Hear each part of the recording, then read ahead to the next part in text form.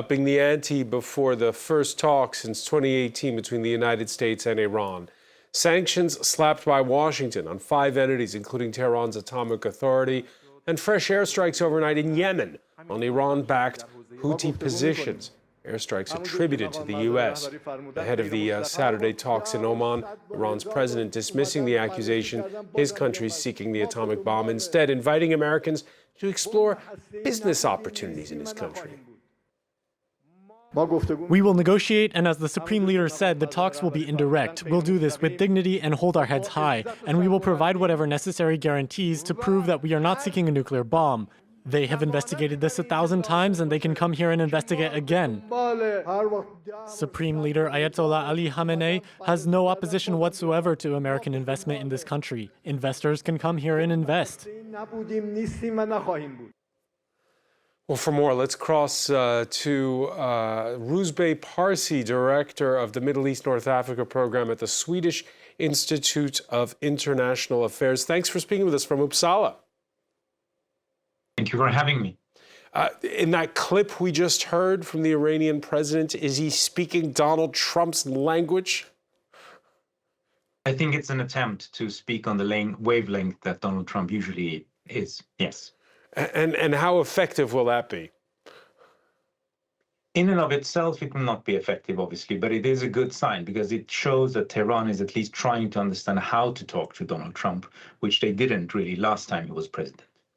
So the U.S. slapping more sanctions. Every time we get these announcements of new sanctions against Iran, we wonder, what are they sanctioning exactly? Is it just an announcement at this point? I think yes. I mean, to most effects, everything that you can sanction in Iran is already sanctioned, so it's not going to make much of a difference. But I think it is this kind of tactic of trying to show just how tough you can be just before you enter negotiations. The problem and the risk with that, and the Iranians do this too, is of course that the other side will be so alienated and is already distrustful that it might also wreck those very negotiations. What are you expecting from those indirect talks, and why are they happening now?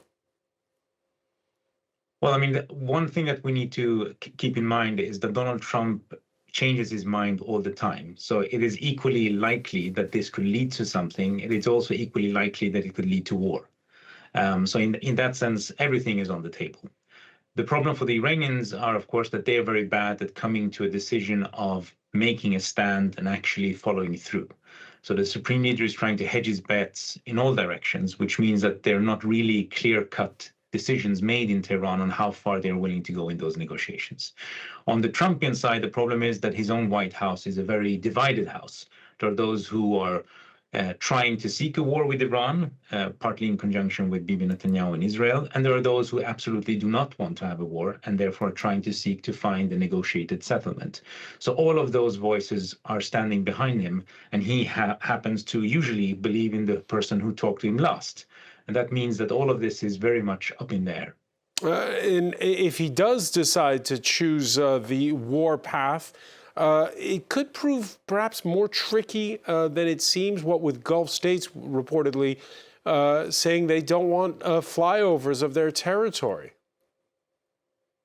Yes, I mean, the general appetite for anything that could become a regional war, and that would, of course, be the overarching risk here, is there is no appetite for that in the region.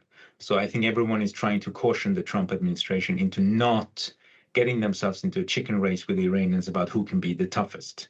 On the other hand, of course, the only country that could severely damage the Islamic Republic in Iran is the United States. So they do have the industrial capacity to do so. I don't think it's Trump's own instinct to want to actually have a war. His track record is trying to get the US out of wars, especially in the Middle East. But again, it comes down to what is a negotiation tactic and then what is the follow-through in terms of process of being able to reach a deal. The weakness of the Trump administration is that it's a White House that is not only divided, but also rather chaotic. There is no real bureaucratic institutional process. And if you want to have an agreement on a tricky issue like this that holds and that everyone can trust will survive, then it's going to need a lot of fine print. One thing that has been consistent in the last month, Rouzbeh, has been these airstrikes on Yemen. Now, on the surface of it, it's because of those missiles disrupting traffic in the Red Sea, but it's also a message to Tehran. Absolutely, and that's part of the if you want to say, those who are particularly angry at Iran for its regional, what it's doing regionally, they see this as not only a way of pressuring Tehran, but also show Tehran that the old days where there would be some kind of balance of power and some holding back on the American side is no longer. So if Trump feels that there is a military solution to a problem that cannot be solved any other way, he will not hesitate. And so in that sense, Yemen is a low-hanging fruit. Though anyone who has studied Yemen, including the Gulf states that have been warring in Yemen, like Saudi Arabia and the United Arab Emirates, will tell you that there is no military solution to the Houthi problem. One final question for you, Rouzbeh Parsi. How should Europeans who were parties to that 2015 nuclear treaty that Donald Trump walked away from, how should they view these talks in Oman on Saturday? I think they are somewhat divided on it. I mean, on the one hand, the problem for the Europeans right now is that they are no longer part of the incentive. Back in 2015, it was trade with Europe that was the incentive for Iran to sign a deal.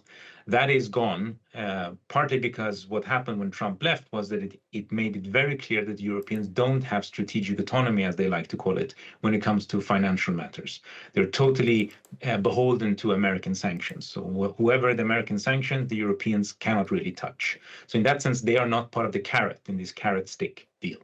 On the other hand, the only lever they have at the moment is snapback, because they're still in the deal. So they could go to the United Nations Security Council and say that Iran is not following the deal and therefore all UN sanctions come back. But that is, of course, a negative lever. They don't have anything constructive in that sense right now to offer.